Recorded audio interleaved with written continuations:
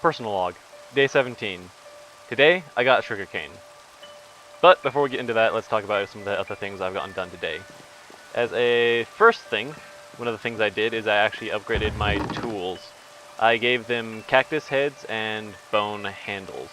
That process made them at least slightly better. It's better than what I had them being. I could probably get them to an even better state, but for now, this seemed like a fitting thing. It's kind of silly that I've been using stone for so long, when cactus frankly is better, and when bone is also helps out more. So I did that. That was one of the first things I did. Secondly, I read about this thing called snad, which is basically sand with bone meal made in a crafting table. And the idea behind it is that it allows things on top of it to grow faster. So for instance, cactuses. I'm not sure if it works for sugarcane. I believe it does, but I need to double check that one. But that was something I did over here, and so over here I remade my cactus farm using the snad, so that will grow even faster now. And then finally, as I said before, I got sugarcane.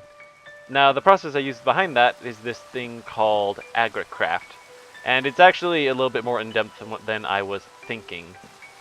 When I started it, I knew that you could basically crossbreed plants together, and that by doing that you could get new plants. For instance, for sugarcane, I had to combine, I believe it was just normal seeds and beetroots. And that by combining both those two together on top of a bit of sand, I was able to grow the new plant, sugarcane. And so that's the process that I used to get the sugarcane itself. And you might be able to see over here that it's not just the plants themselves. I'm using these things called crop sticks. The plants grow inside the crop sticks, and apparently using this process, it doesn't only allow you to crossbreed plants and therefore get new plants, it also gives the plants stats, which I did not realize that was a thing. But apparently, by crossbreeding the same plant, you can actually get plants with better and better stats. And that'll allow them to grow faster, grow more things, and ultimately just be better. So I'm actually really excited about that, and I think, maybe not in the next part, but possibly in the part afterwards, what I'm going to do is I'm going to actually make a better farming area. I'm thinking back here behind the nether portal. And that'll allow me to basically maximize all the different plants. Oh, also as a side note, I saw that you could also plant cactuses using the same process. So it's a little bit smaller, but I'll be able to improve these ones and get more from them. So it actually might end up working better.